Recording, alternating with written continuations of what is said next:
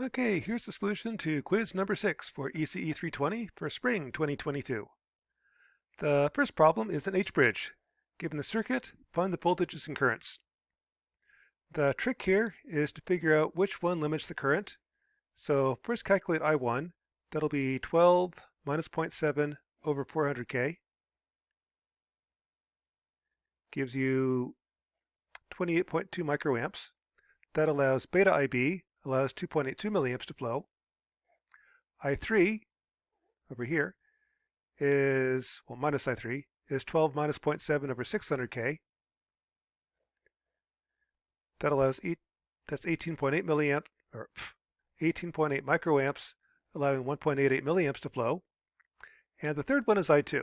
Assuming these are saturated, is 12 minus 0.2 over R. Gives you 8.2 milliamps. So of these three, which one's the smallest? And that's kind of what transistors do. Transistors are current limiters. The smallest of them is right here. That means that transistor 3 is limiting the current. For transistor 3, beta IB equals IC. So this one's active. Beta IB is more than IC. T1 is saturated. When you're saturated, you lose 0.2 volts across the transistor, making this 11.8. And then I2 is set by transistor 4. I2 will be 1.88 milliamps. So the voltage drop is 1.88 milliamps times R. For me, that was 2.66 volts. So V5 you have to back into. It's V4 minus I times R, 9.13 volts. And you kind of have to do that because T4 is active from the load line. If I'm saturated, I'm right here at 0.2 volts for VCE. And the active region, I'm in this region, so I know that VCE is somewhere between 12 and 0.2. That doesn't really help. I have to back into it. Turns out VCE is 9.13 volts, right in the middle of the active region. Problem 2. H-bridge with smaller resistors at the base. So now the current through I1 is 12 minus 0.7 over 40K. 282 microamps. That allows beta IB, allows 28 milliamps to flow. For transistor 4, I have 12 minus 0.7 over 60K. So that's actually minus I3. 188 microamps allows 18 milliamps to flow. And the resistor, it limits the current to 8.2 milliamps. This is the winner. Of these three, which one's the smallest? What that tells you is that for the first transistor, beta IB is more than IC. The second one, actually transistor 4, beta IB is more than IC. Both T1 and T4 are saturated, making V4 12 minus 0.2, 11.8 volts, making this 0.2 volts. V5 is 0.2. And then 11.6 volts over R gives you the 8.2 milliamps. So there's the answer for problem 2. For problem 3, let's see where we're at. Problem 3 is a buck converter. The voltage at V1 is going to look like this.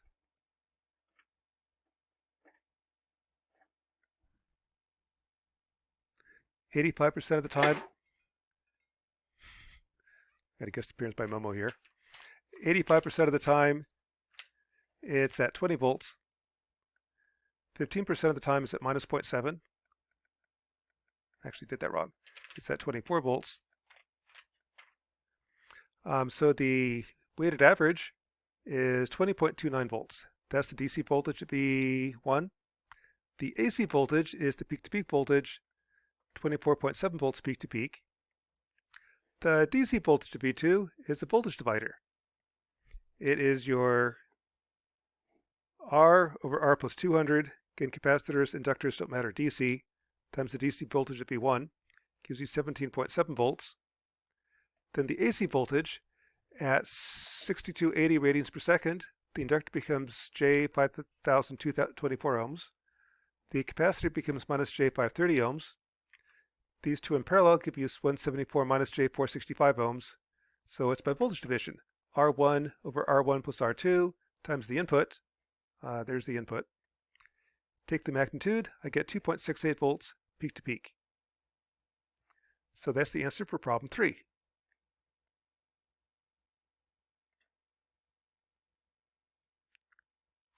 Problem 4 is a design problem. If I want V2 to be 7.5 volts DC, then I know V1 has to be bigger than that. It's going to be your R plus 200 over R times 7.5 volts, 8.561 volts. Then the duty cycle is the voltage plus 0.7 over the input plus 0.7, 37%. That 0.7 comes from this diode. This loses 0.7 volts when it turns on. To get the capacitor, a couple of ways to do it. One approach, assume C isn't there. Then by voltage division, it's going to be your R1 over R1 plus R2. There's the 200 ohms, 800 millihenry inductor at 1 kilohertz times the input. I'll have 5.5 volts. If I want to reduce that down to 350 millivolts, I need the capacitor to have this much impedance. Is that percentage of R? It should be 89 ohms. Plugging it in, I get C is 1.78 microfarads. So there's the answer for problem number 4.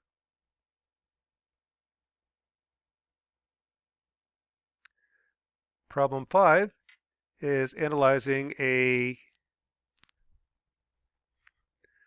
part of a DC to DC converter. If I had this circuit, find the voltages. Well, let's assume the NPN is saturated.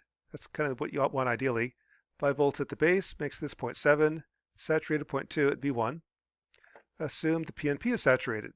So this is 0.7 volts base to emitter, make that 23.3 volts.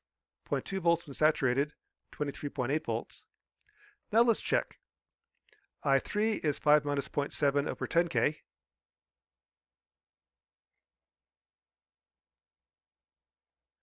For 30 microamps. If beta is 100, that allows 43 milliamps to flow. I4 is 23.3 minus 0.2 over R, 16 milliamps. Beta IB is more than IC, transistor or the NPN is saturated. And over here on the right, I've got 23.8 volts over 50 ohms, 476 milliamps. And to check to make sure that transistor is saturated, I've got at I4 16 milliamps at the base times 100. That allows 1.6 amps to flow. I'm only trying to draw 476 milliamps. Beta IB is more than IC. Sure enough, that one's saturated too. So here should be the answers for problem 5. And PNPs are kind of like NPNs. NPNs go on the ground side. The PNPs go on the power side. They're both switches. This turns on and off a device relative to ground. This turns on and off a device relative to power. And what I'm using that for is my switch. When this is open, the PNP is turned off and my load is not connected. When the NPN is saturated, this is tied to ground, the PNP turns on, and I've got my 24 volts-ish going to V2. And the last problem is the Fourier transform problem. If this is x of t, and for me this would be 5 and 14, find y of t. To do that, use superposition. So here's the circuit. At DC, inductor doesn't matter. It's 60 over 70 times x, 20.57. At 40 radians per second, this becomes j omega L. That becomes j 60 ohms. So the output is R1 over R1 plus R2, 60 over 60 plus 10 plus j 60. So it's going to be this, what you're measuring, over the total times the input. The input is 5 sine of 40t. That's 0 minus j5. The real part is cosine, minus j is sine. Multiply it out to get a complex number. What that means is the real part is cosine, minus j is sine. And the frequency is the frequency you're dealing with, 40 radians per second. At 80 radians per second, this becomes J120. So it's what you're measuring over the total times the input, 14 cosine, 0 sine, gives you a complex number. The real part means cosine, minus j means sine, at the frequency we're dealing with. Now, one mistake that students oftentimes make, they'll take these three answers and add them all together, get a complex number. You can't do that. The reason being is this is shorthand notation. That's phasor representation for the three different waveforms. The three waveforms are three different frequencies.